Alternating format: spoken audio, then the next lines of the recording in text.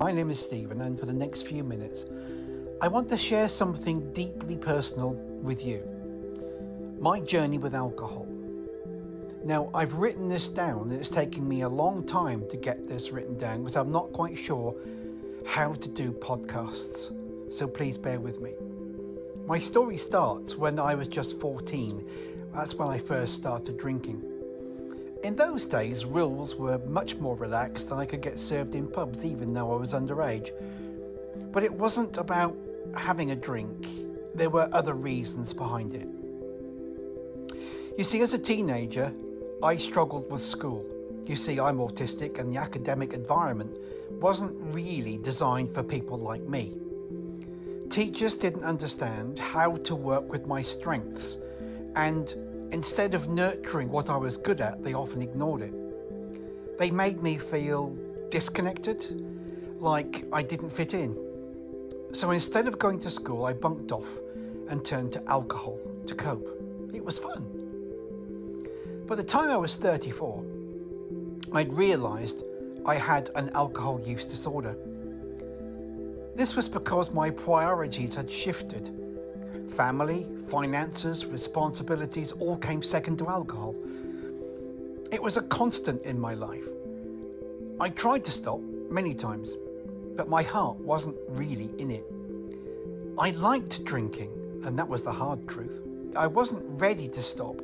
As I learned along the way, you have to want it for yourself, not just because someone else says you should.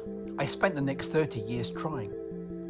My best streak was 30 days sober, but it never lasted. I took risks, and sometimes it was more about my safety concerns like drink driving that pushed me to try and quit again.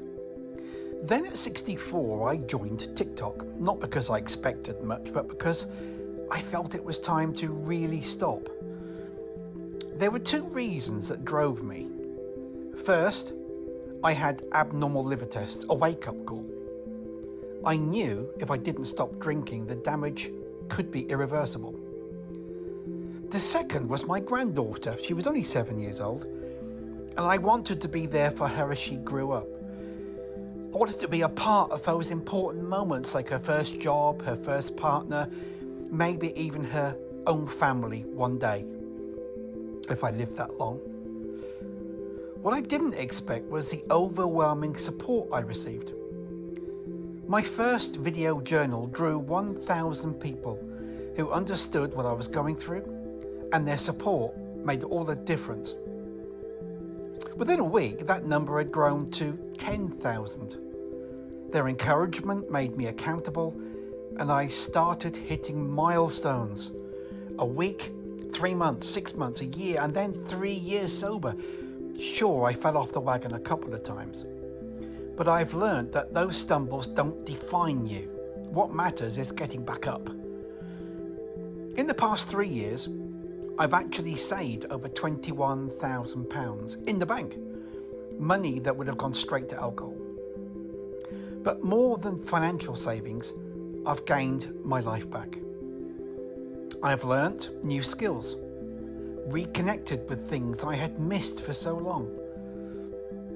And to anyone listening right now, struggling with their own relationship with alcohol, I want you to know this. If I can do this after 50 years of considerably heavy drinking in places, then you can do it too. You don't have to do it alone.